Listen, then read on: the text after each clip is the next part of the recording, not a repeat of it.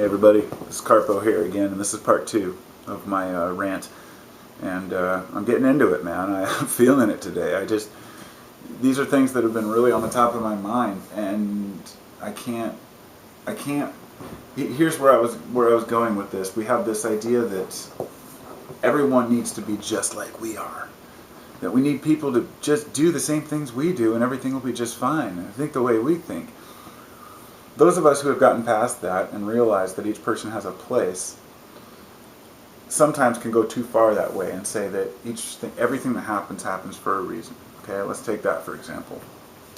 I would like to believe that's true, but I can't believe that everything that happens for a reason that we can't foresee and control to an extent, which we have. You know, many things would have happened and they didn't happen because of decisions that were made. One could argue, well, that's fate. The decision was already fated. I don't play that game, and I don't play the free will game.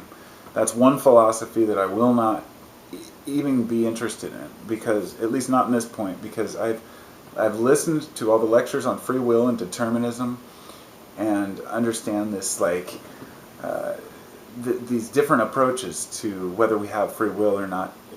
It hasn't been solved in 1,000 years, and I don't think it will, because you can never prove whether something you did or do was predetermined or fated. So anyway, on to the next thing. So with that in mind, I don't believe that we can just sit back and say it's God's will. This is really the root of this, is that it's the part of religion that really irks me, is the way that people just sit back and passively allow things to happen and say it's God's will. I don't even know how to really approach that, because I call it defeatism. Others will call it faith. Okay, and that's defeatism in my eyes means, you know, you've realized that the world is confusing, that the world is hard to figure out, and that you have to dedicate many hours each day to thinking about life in order to even start to get a grasp on anything about it. And then the more you learn, the more you realize, the less you know. Okay? So it's much easier to just say it's God's will and allow things to happen in their natural course. And I'm not one to say whether free will exists or not, so that's not even my subject. But I do know that we have actions to take, and actions in our community, actions within our families, and actions within the world. The reason why this is on my mind is because I had a conversation with someone the other day on a video. I said that I just hope we can pull ourselves out of it, whatever situation we were talking about, economy, the world. And they said, what would you have us do? And I said, I really don't know, you know, but he says, don't worry about it, just pray, because Jesus is going to come down and save the day and everything will be fine. And I said, well, that's great to just believe that you're going to be saved, but what about the meantime? You know, and that's why this life is important. And this is why I have this, you know, I watched a movie last night that I'm sure you've all seen it, or at least a lot of you, Religulous, by Bill Maher. And, you know, I have mixed feelings about Bill Maher. I think he's a funny guy, but I think he's a cocky asshole. And he kind of sets a bad example for liberal style thinkers, just like some of these right-wingers give a bad name to the right wing or the conservative movement.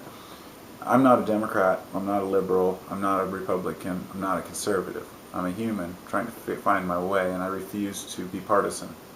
But I will say that even though he has many points that are put out there very cocky and very arrogant, that movie is just hilarious. And when I watch it again, it was like, because I'd seen it years ago, and I was like, really? You know, the questions he was asking these people at the churches, like the Mormon church is a good example. I use the Mormons as my example of if a small group of people can form around such an unfounded belief that only occurred a couple hundred years ago, okay? Now, that Joseph Smith actually claims to have translated these golden plates and created this. It's claimed that when they die, they will have to go before Jesus, Elohim, and Joseph Smith. They will be on the parole board to see if you're going to heaven or not.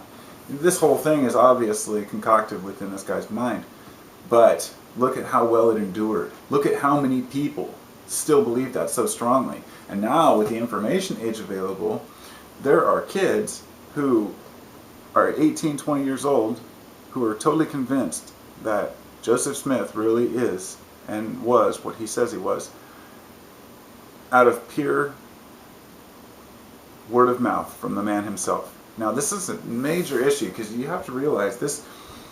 If this many people can feel so strongly just because one guy said something, is this any different from Christianity or any of the other,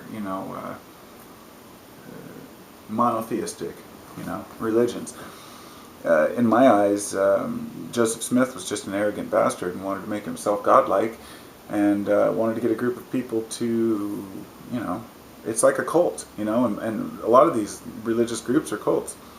And if you even question Joseph Smith and say maybe he was wrong or maybe he was delusional, you'll be excommunicated from the church. You'll be shunned by your family. Now, I'm not trying to go into religion here, but I'm trying to make a point that when people think so differently from one another, and we have a conversation, I still can't believe people really think they're going to convince another person to think their way. Whether it be a Christian trying to convince someone that the Bible is right, as if we've never heard of the Bible. When people knock on your door and they're like, have you heard the good word? No, never heard the Bible before. Jesus, I got like a few of them. So, whether it's a Christian trying to convert a non-believer, or an atheist trying to convert a Christian, it's just arrogant to think that we can convert anyone, or should convert anyone, to anything. But it's like I've said before, when decisions are made based on beliefs, if let's say we have someone in Congress, they interviewed in Religulous, he interviewed this one guy from Congress, and he was a creationist, and he started asking him the deeper questions, about creationism and the serpent, the snake, and Adam and Eve, and he really believes that Adam's rib was, made into Eve.